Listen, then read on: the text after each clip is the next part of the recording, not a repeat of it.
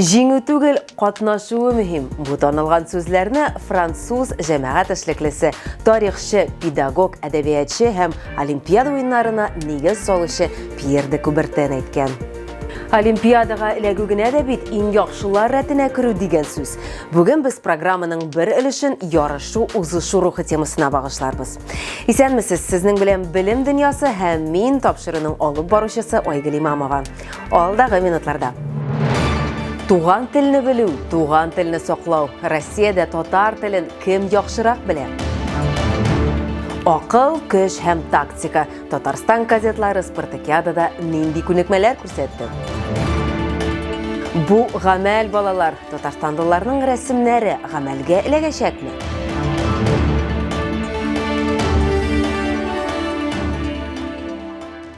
Казанга татар теле һәм әдәбияты буенча төбәк-ара олимпиадада катнашу өчен Россиянең 28 төбәгеннән балалар килде.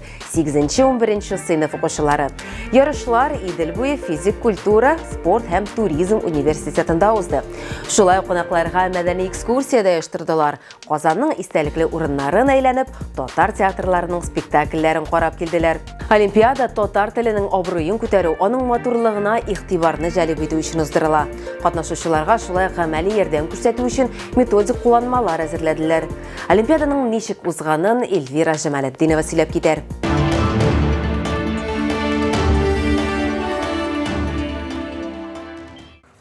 Менә Чулпан Шарипова фото өчен укучыларын матур иттереп бер рәткә бастыра. Шулай ук ул аларны татар теле буенча олимпиадага да җентекләп әзерләде.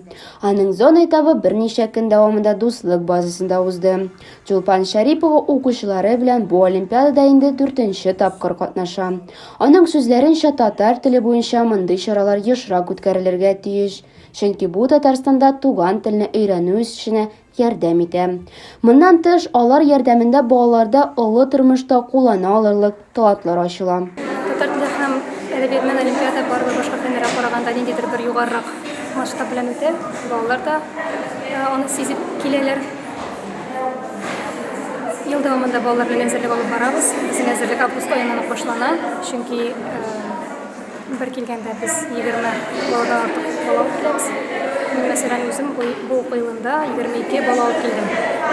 Шуңа күрә балалар күп булу сәбәпле әзерлекне итеп башларга туры килә. Руфина Гарифуллина журналист булырга һәм татар телендә мәкаләләр язарга хыяллана. Үзенең портфолиосын тутыру һәм белемнәрне яхшырту өчен ул 5нче сыйныфтан бирле олимпиадада катнаша.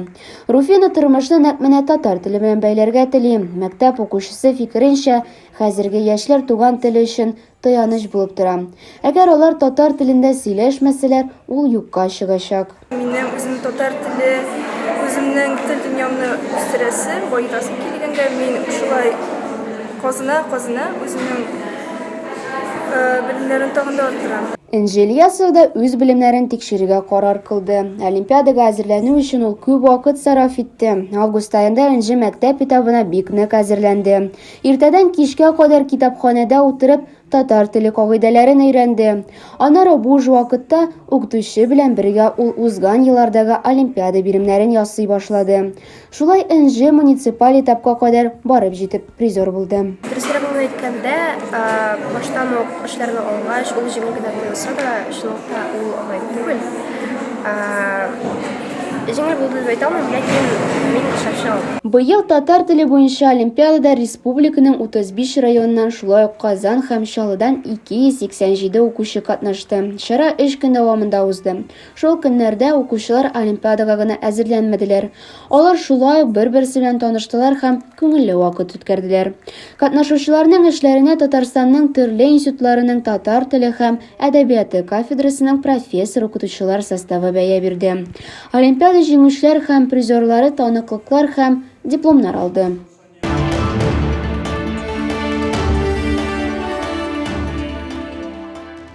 Кем тизрәк, көчлерәк, зирәгрәк. Үз сәләтләрен кадетлар хәрби гамәли спорт төрләре буенча спартакиадада күрсәттеләр. Балалар ветераннар союзы дип исемләнгән сугыш ветераннарының республика иҗтимагый оешмасының күчмә кубогына ярыша. Инде 14 ел спартакиада республиканың патриот, спорт патриотик һәм яшьләрне армиягә кадәр әзерләү үзәгендә үтә. Быйылгы ярышларда Татарстанның 15 газет оешмасыннан 150 бала катнашты. Хәрби гамәли һәм спорт ярышлары арасында Калашников автоматын сүтү җыюда, хәтта пычак метатуда. Спартакиаданың мәҗбүри өлешләре интеллектуаль һәм иҗади бәйгеләр. Эльвина Минабетдинова газетларның кәефләрен, омтылышларын белешеп кайтты.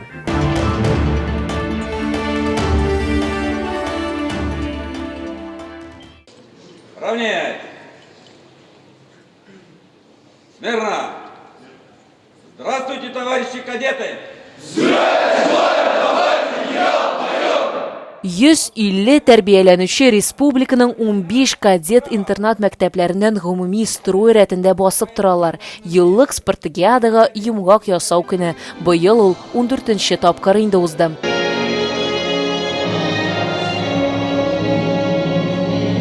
Төзелеш әзерлеге, пневматик мылтыктан ату, Калашников автоматын җыю һәм сүтү, кул көрәше, ГТО нормаларын тапшыру. Ярышларның 3 көн эчендә егетләр үзләренең хәрби хезмәт нигезләре буенча белемнәрен һәм күнекмәләрен күрсәттеләр.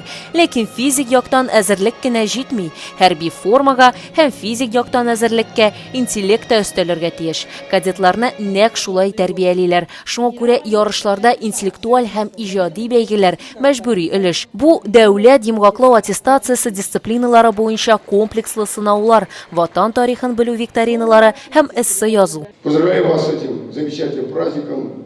Здоровья вам, терпения, удачи, отличной учебе, конечно, в спорте. И быть всегда патриотом нашей Родины. Ярышлар 8-нче, 9-нче һәм 10-нче сыйныфлар арасында шәхси һәм команда зачетында узды. Йомгаклар буенча гомуми команда зачетында Тәтеш кадет интернат мәктәбе укучылары 3нче урынны алды. 2нче урында Бөгелмә мәктәбе. Түбән Камадан Татарстан кадетлар корпусы төркеме җиңүче булды. Кадетлар корпусы Советлар Союзы герое Гани Сафиуллин исемен йөртә. Спартакиада үзе дә герой исеменә багышланган. Так как я здесь первый раз, был первый раз... Беренче тапкыр булганга әлбәттә көтелмәгән булды, дулкынландырды, ләкин озын, каты күнекмәләр үзләре турында хәбәр итте. Беренче урынны алдык. Ватан пәрвәрлек, тарихны хөрмәт итү һәм ватанга мәхәббәт. Бу егетләрне тәрбияләү нигезенә салына торган нәрсәләр. Год от года уровень наших кадет, подготовка кадета, она растет. Демонстрирует свои лучшие знания, навыки, умения у ребят. Елдан-ел безнең кадетлар дәрәҗәсе, кадетлар әзерләү арта, үзләренең иң яхшы белемнәрен, осталыкларын күрсәтәләр. Балаларның нәрсә һәм кем булырга теләгәннәрен төгәл аңлау бар. Мин ышанам, мондый спартакиадада катнашучылар кадетларның барысы да хәрби булмаска мөмкин. Әмма мин аларның барысы да ватаныбызның лаеклы гражданнары һәм чын патриотлар булырлар дип ышанам. Ярышлардан тыш кадетлар СОБР һәм ОМОНның махсус бүлекчәләреннән үз-үзләрен саклау, кул көрәше һәм пычак көрәше буенча мастер-классларда катнаштылар. Республиканың кадет интернат мәктәпләре арасында спартакиада 2009 елдан бирле ел саен үткәрелә. Ул ватанны саклаучылар көненә багышланган.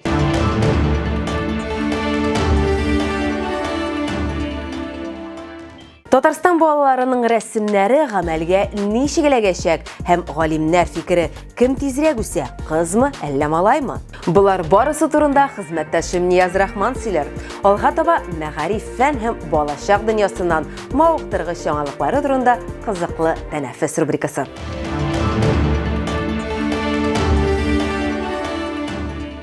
Исәнмесез, урамда яз исе килә. Сизәсезме? Кошлар сайрый, кояш көлә. Бер сүздән әйткәндә, кәеф тагында яхшыра. Аның тагында шәбрәк булуын теләсәгез, алдагы минутларны безнең белән бергә үткәрегез. Бу кызыклы тәнәфес сәхифәсе һәм без башлыйбыз.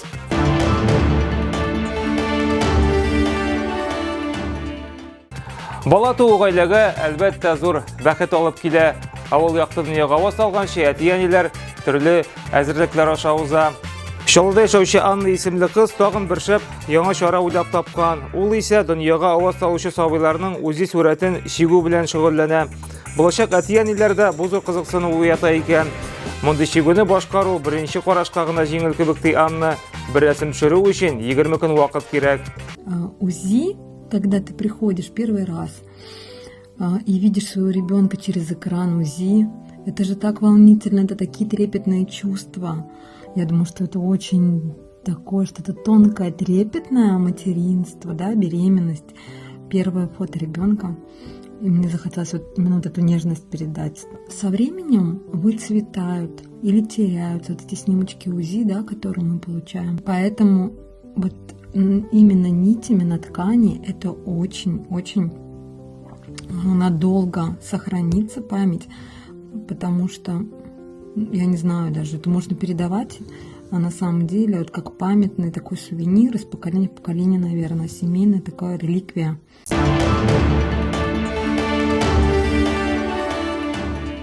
Оларның рәсемнәре галәмгә китәчәк. Сүз Казанның клиник хастаханәсендә онкологиядән дәваланучы балалар хакында.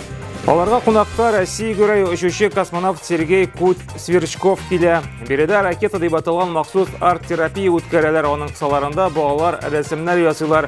Аларның хыяллары чынга ашсын. Теләүләрен теләп, бу рәсемнәрне 2024-2025 елларда галәмгә очучы ракетага да төшерәчәкләр икән.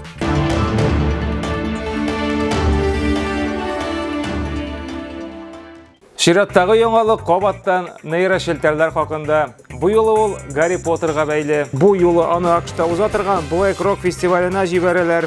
Ул 60-нчы еллар стилендә уза, гадәттә ул 8 көн дәвамында дәвам итә. Биредә шул елларның музыкасы яңгырый. Гарри Поттер геройлары мондый мөхиттә ничек күренә? Әйдәгез сез дә карап китегез әле.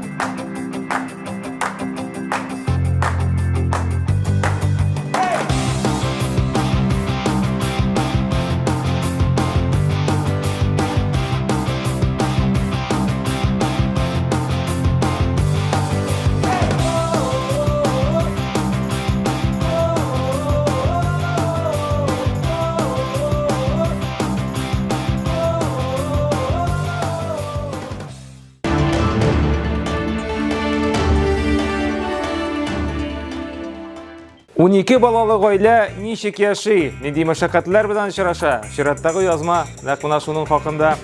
Америка Кушма Штатларында яшәүче Алисия исемле ханым социаль челтәрләрдә бу хакта яктырта. Аеруча аның кире юганы караучыларда кызыксыну уята икән. 12 баланың кире күп җыела.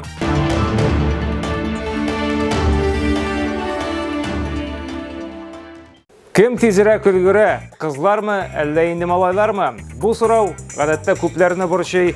Америка галимнәре моңа җавапны әзерләгәннәр. Шулай итеп, кызларның нерв системасы ир-атларга караганда тизрәк ныгый икән. Америка нейрофизикларының 10 һәм аннан да өлкәнрәк яшьтәге 9000-га якын баланың үсеш барышында күзәтүләре нәтиҗәсендә нәкъ менә шушындый фикергә килгәннәр. Иң мөһиме, балалар барсы да сәламәт булсын. Количество серого вещества, которое состоит в основном из нервных клеток, у мужчин выше, нежели у женщин, а оно прямо пропорционально влияет на IQ.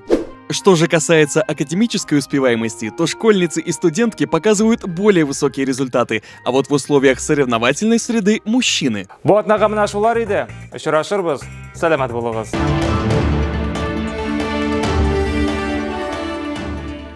Көчлеләр белән ярышырга курыкма, җиңелмәс кеше юк ул. Испан футбол уйнаучысы, Испания җыелма командасының элеккеге капитаны Икер Касильес шулай ди. Ә ул белеп әйткән иң яхшы капкачыларның берсе итеп танылган. Җиңелүдән курыкма, җиңелүдән башка җиңү дә булмый. Уңышлар телибез. Сау булыгыз.